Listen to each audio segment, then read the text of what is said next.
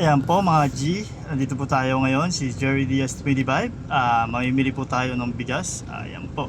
Ayan si nanay, mamimili na siya. Kinakausap niya po ang mga ahente ng bigas. Ayan po, bali yan, Jerry TV 25. Subscribe po kayo dyan sa aking channel. Dyan po kami dun sa Dragon. Medyo malaki po ang kanilang rice mill nila. Bigasan nila, meron silang gilingan dyan sa loob. Kaya ayan, maraming namimili, maraming tumitingin. Ayan po, ayan, nabutan namin si ate, gusto rin mamili. Ayan, dami dyan mga dikit-dikit po siya, pero dito sa Dragon, okay po to. Local rice. Hello mga ka-G, dito tayo ngayon sa Dragon at bilihan ng bigas. Kung balak nyo magnegosyo, ayan po, dito po, pwede bumili. Legit, mga local rice po dito. Ayan po si ma'am.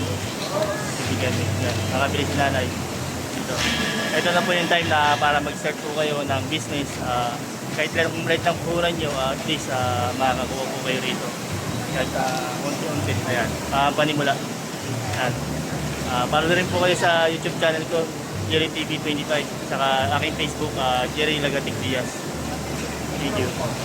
Ayan po, namili si nanay ng Dunrado. 5 po yung napili niya, pero total po ang lahat ng bili namin is 25 sacks po yan nabili namin. Bali, ito po, na-decide sa bibili. Tapos ito po, kinusap po kung pwede siya mag-promote ng kanila. Ayan po mga ka-Gia, si ate, dito po ako bumili.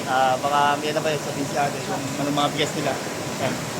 Buko, jasmine, at saka mga red rose super. Ayan, kaya karatan po kayo mga ka-G, legit po. Mura. At masarap ang bigas. Okay.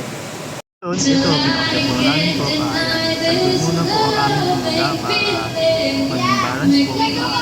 Pilan sa likod, sa gitna, maging sa loob. Meron din po para at least hindi rin siya natin sa kaya. Kaya po. Ayan po mga ka-G, nakakot namin yung namin, bigas. Diretso na kami sa bahay. Ayan, kahit na linggo, sipag lang. Bukas, gawa na naman, production na naman tayo. Kahit na sipag gawin natin mga ka-G. Ayan, support and like lang po para sa ating ito, Nimia, at maging magandang ating vlog. Thank you.